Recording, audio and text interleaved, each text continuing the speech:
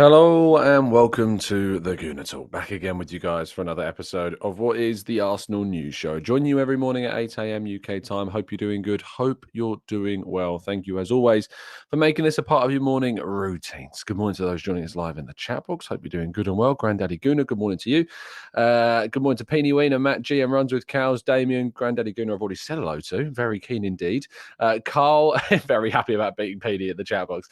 Carl, good morning to you. Franklin, Chris, Stephen, Kaiser, Marcus, Johnny, Anthony, Ponaru, Black Shine, Olu, Harrison, Carlton, Guna, Jake, Alpha, Martin, Christopher, Steve, David, Stevie, Jose, Stephen, Temmie, Peter, Hawkwind, and plenty more as well. Thank you so much, as always, for all of you tuning in. Do drop a like on the video, subscribe to the channel if you're new, and of course, turn those notifications on so you hopefully never miss a show. Few things discussed this morning. Let's get straight into them. First of all, we start off with last night's Premier League action between Brighton and Manchester City. A dead game for Man City. They did play some of their more keen starters, but did rotate later on in the second half. But it ended in a 1-1 draw, which benefited Brighton massively because that draw meant that Brighton will indeed qualify for next season's Europa League. And a massive achievement for Roberto De Zerbi and his team.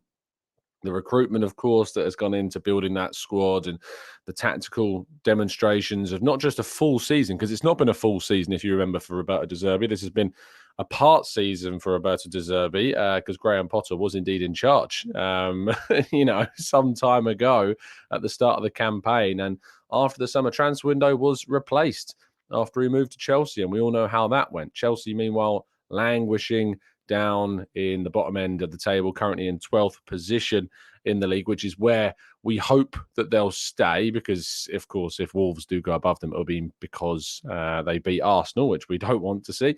But Chelsea could end up finishing 12th in this season's Premier League table. But Brighton going ahead, and Cisco with a fantastic goal again. Another player proving to be quite the talent, it seems, that they have identified once again.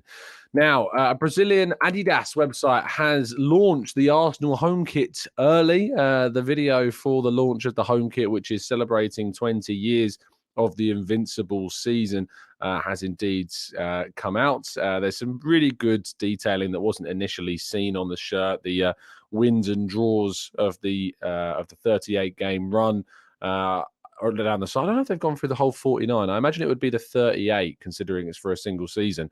But the wins and draws, the 26 wins, 12 draws, is down the side with W's and D's, which is a really nice detailing on this. But certainly one of my more favoured home kits that Arsenal and Adidas have produced in recent seasons. Home kits have been a bit hit and miss for me recently. I didn't particularly like this season's home kit. I'm not a big fan of a collar.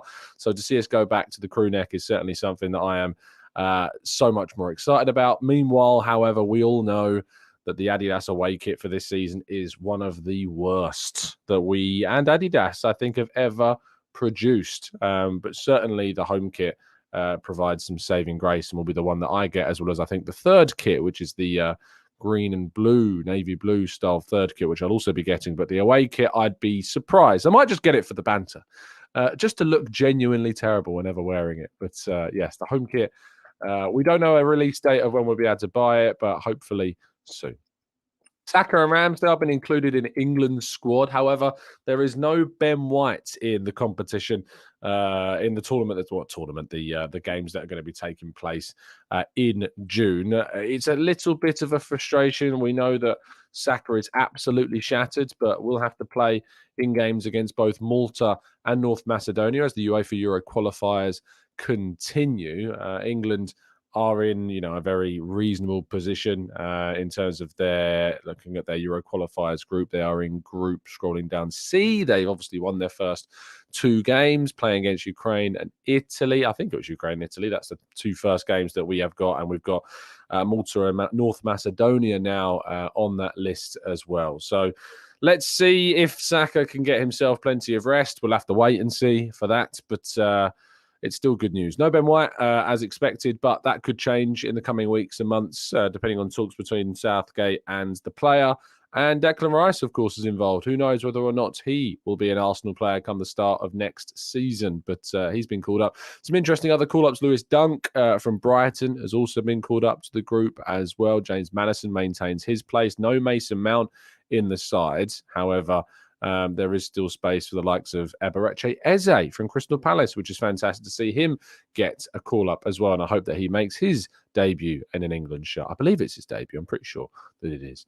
Manchester United are said to be favourites to land Mason Mount now. David Ornstein says that Mount is leaning more towards joining Manchester United than any other club. There are suggestions in other reports that a £55 million bid is expected for Mason Mount from Manchester United. For me, I've said time and time again that I'm a fan of Mount. I like Mount. He's a player that I would be open to seeing joining for Arsenal. However, always caveated with that it needed to be the right price. And going over that £50 million mark for me, I think is going too high above what he's worth, especially a player with just a year left on his contract. Chelsea, to our understanding at Football London, are wanting something closer to 70 million to get Mason Mount. Whether they get that amount of money remains to be seen, but Man United seemingly will have to pay well over the odds to get hold of one of their primary targets for next season. There are plenty of attacking midfielders out there, but David Ornstein reporting that he is leaning towards Manchester United at this stage. Moving more towards potential Arsenal ins, and according to the Mirror, Smith Rowe could leave Arsenal, which would therefore then leave funds available to replace him with Leicester City's James Maddison. A very interesting story. Whether how much I don't know nothing regarding potential moves for James Maddison, but he is a player that Arsenal have had He's a player that in the past, I don't know why I'm struggling with this sentence. The English international has been a player that Arsenal have previously had interest in. There we go, got it out in the end. But certainly, whether or not Arsenal end up moving for him this summer remains to be seen. If I was going to predict a move, it feels very Spurs-like to me. James Maddison would move. Not that he's worthy of Spurs or worthy of if it's even worthiness that comes forward with this. But it feels like a very Spurs-type move to go for James Maddison once been relegated with Leicester. But suggestions from the Mirror are that maybe Arsenal will move on Smith Rowe and could move for James Maddison as the alternative. So let's wait and see.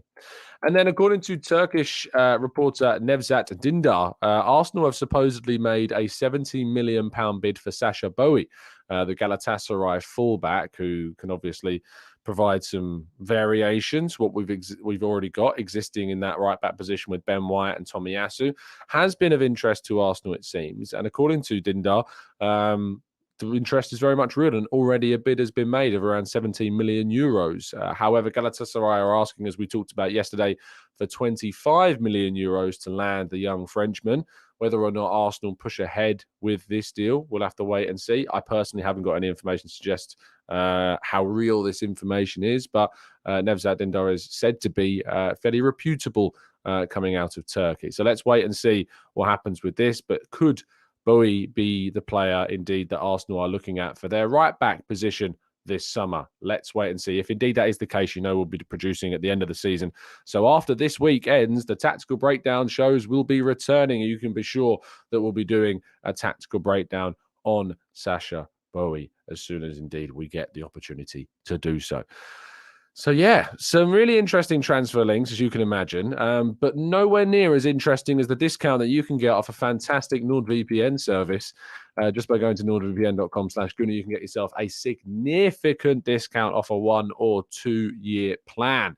By going to that website, not only will you get the service at a discounted price on that 1 or 2 year subscription, but it gives you the ability to stay safe and secure online. If you're not using a VPN in 2023, I don't know what to tell you. It is just an absolute must for your safety and security when, of course, surfing the net online, keeping those peeping top bowlies away from your transfer target research. And of course, not only that, but it enables you to change your geolocation on your phone, your tablet, or indeed your laptop as well. So make sure you get involved. nordvpn.com/Gooner to get all of the latest deals from, of course, the channel.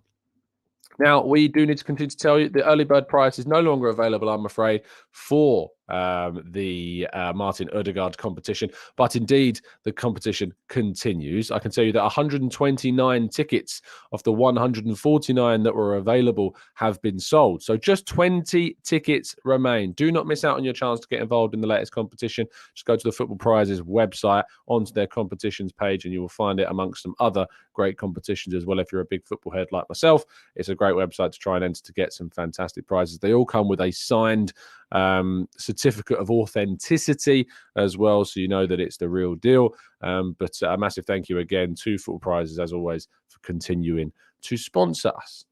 Okay, let's go to part 2 and your questions right after this.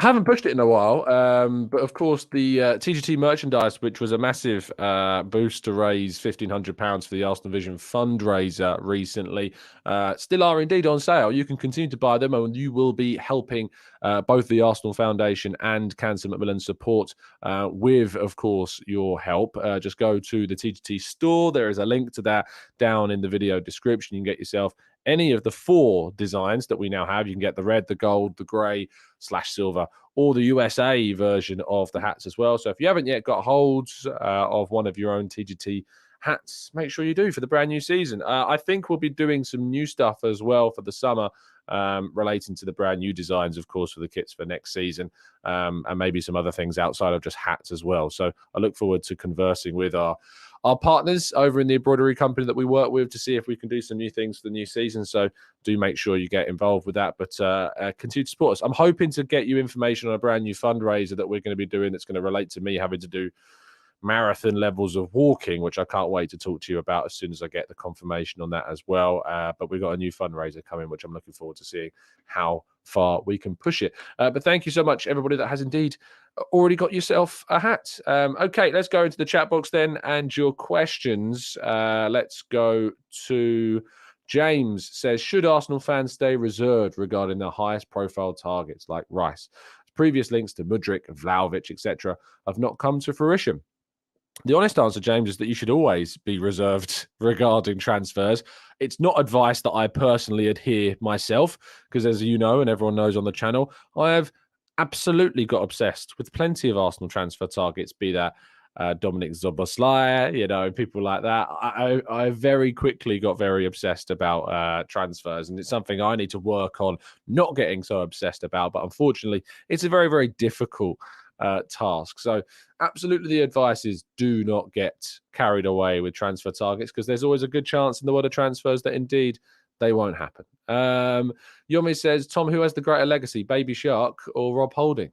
Or Rob Holding, without a shadow of a doubt. The guy helped us win 2 FA Cups with those performances in those 2 cup finals. So without a doubt, Baby Shark's got nothing.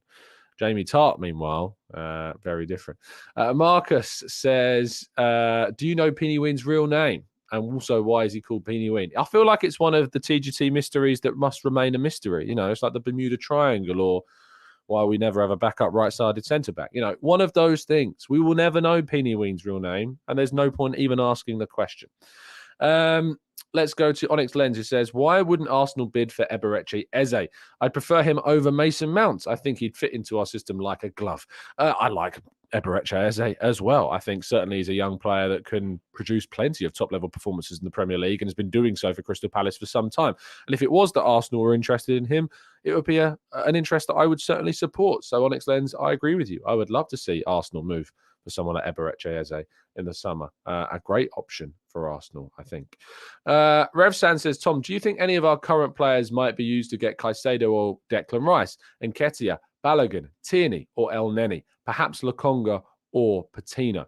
I think that there is potential for swap deals to take place. They aren't the most common thing in the world. The last time we ever got involved with swap deals, really, you think about Alexis Mkhitaryan back a fair few, half a decade or so ago now, if not more. I remember Victor Osimhen seeing players from Napoli moving the opposite direction to Lille when he moved, but there's been, I think, alleged investigations going on around that transfer.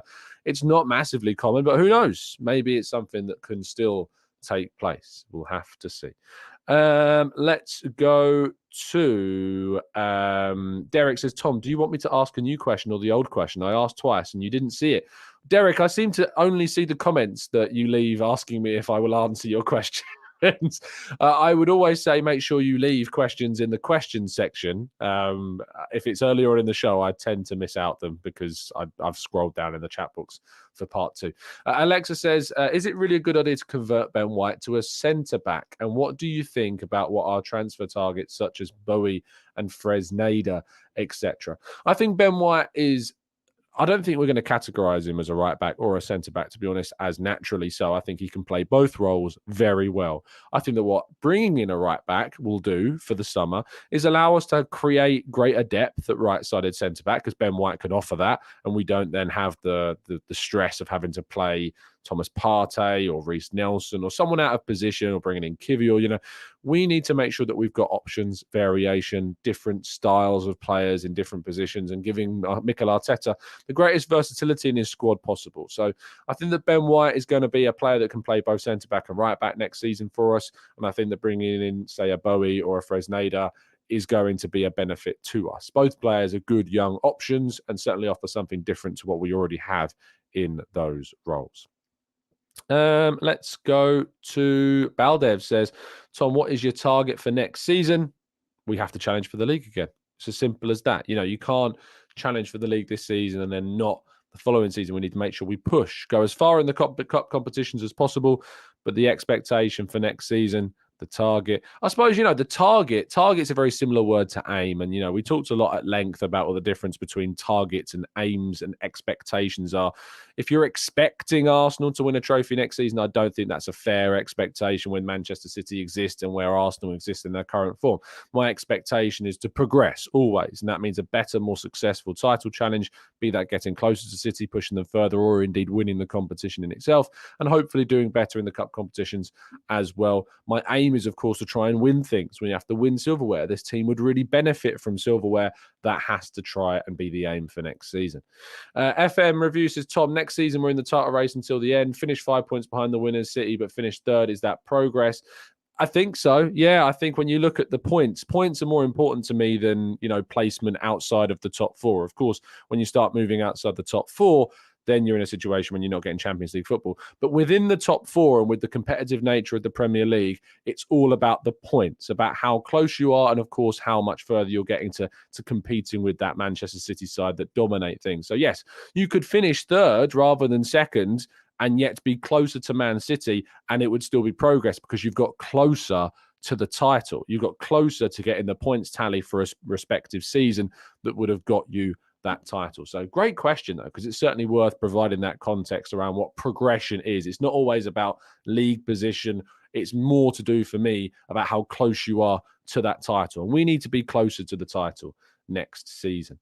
Let's go to Mashego says, why are we going for Boey when there is better options who play in more established leagues? It'll be to do with data. It'll be to do with prices. It'll be to do with what we are trying to do in other positions. If we think that we can't get, if we can't get somebody that's greater than Boey because the money's too high or the player doesn't want to move, then they will start moving for other targets. But also, there is success that can be had from signing players. You look at what Brighton have done with certain players in certain leagues. We want to sign Caicedo. Liverpool want to sign McAllister. Where did they come from? Where did Gabriel Martinelli come from? You can't just rule out a player just because they're in another league. Is there an option for Arsenal to get a right back from a Premier League team that's of a good level? Then that's maybe something I would consider, because I've always been a big fan of signing players from within the Premier League that give you that experience. But you can't completely just remove the idea of signing players from other leagues because that would be hugely detrimental to a transfer plan. Philip says, what would your dream Champions League draw be? Obviously, I think I'd like to get Feyenoord from pot 1. Salzburg from pot 2, because it gives me a chance to watch Salzburg always.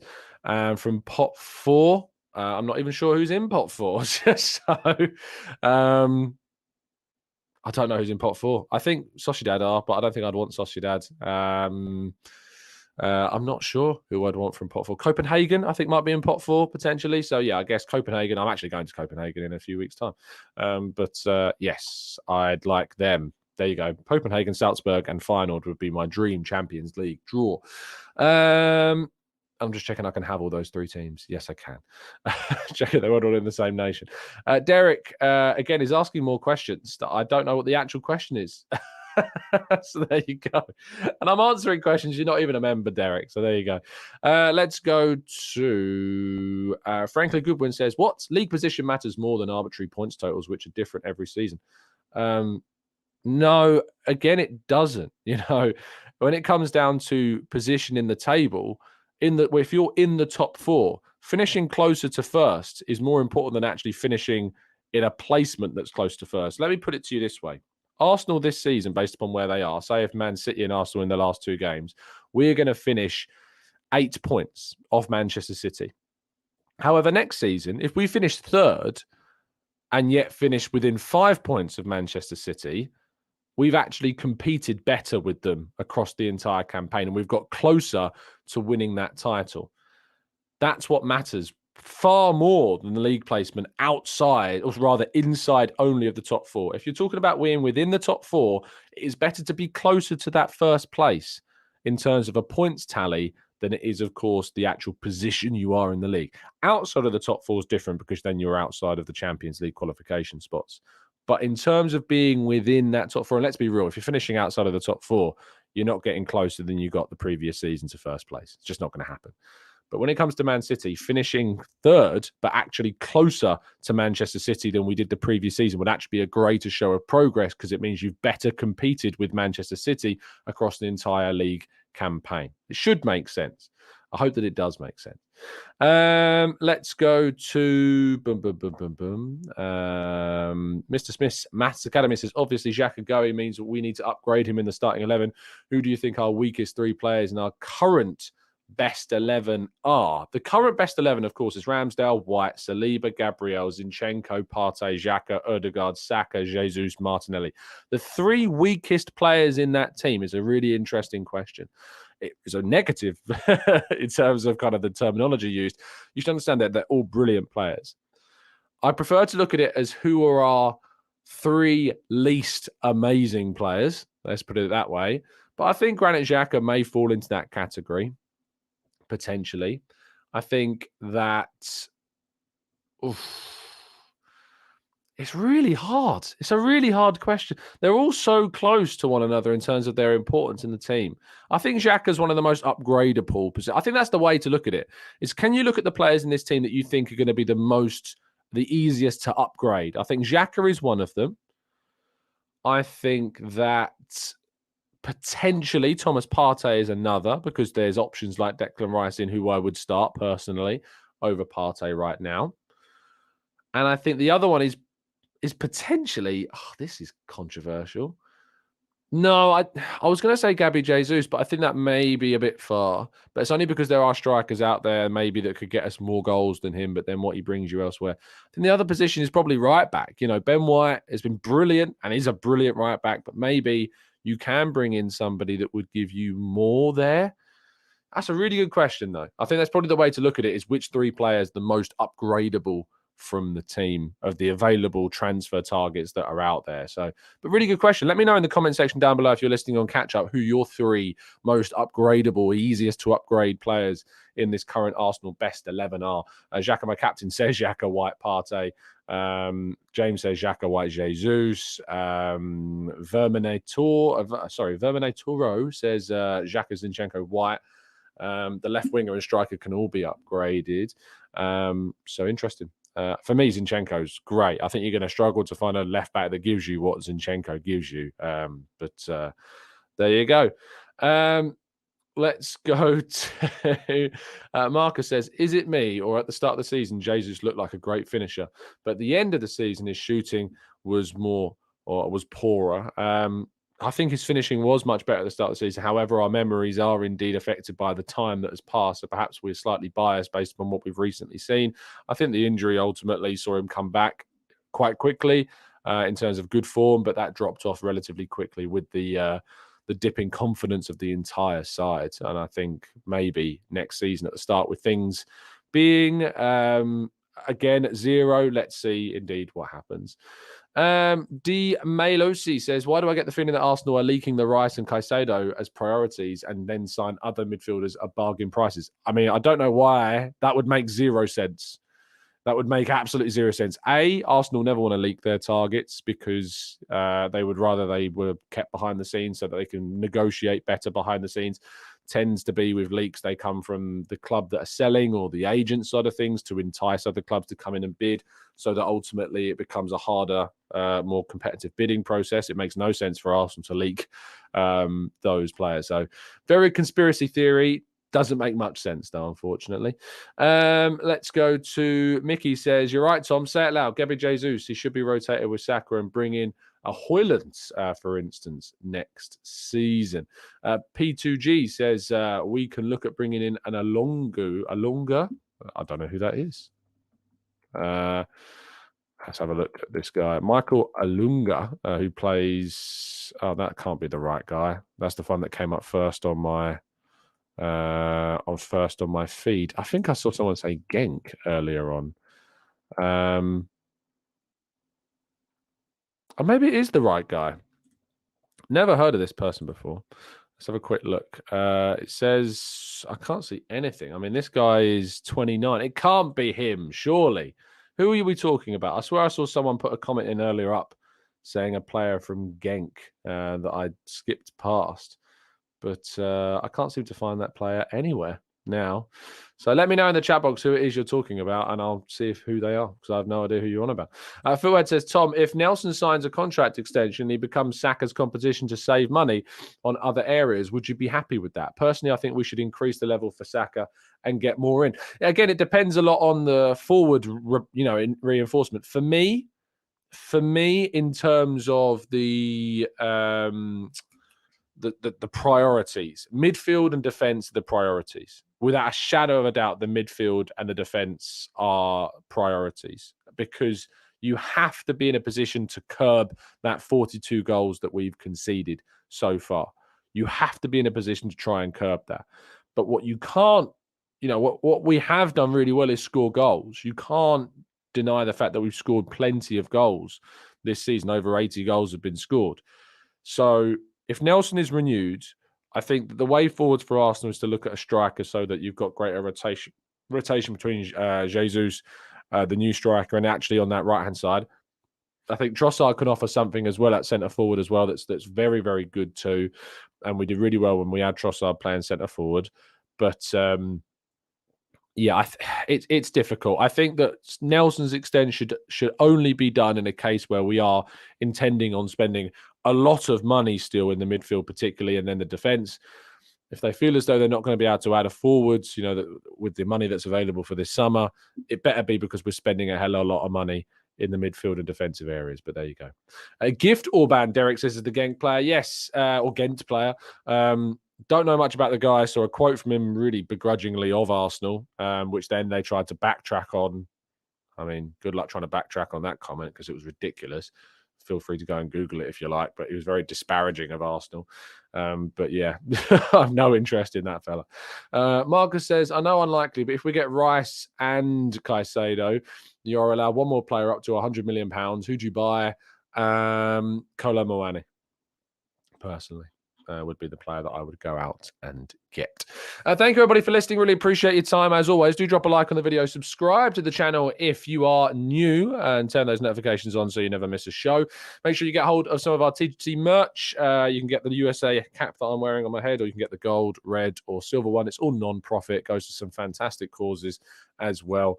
So, get involved.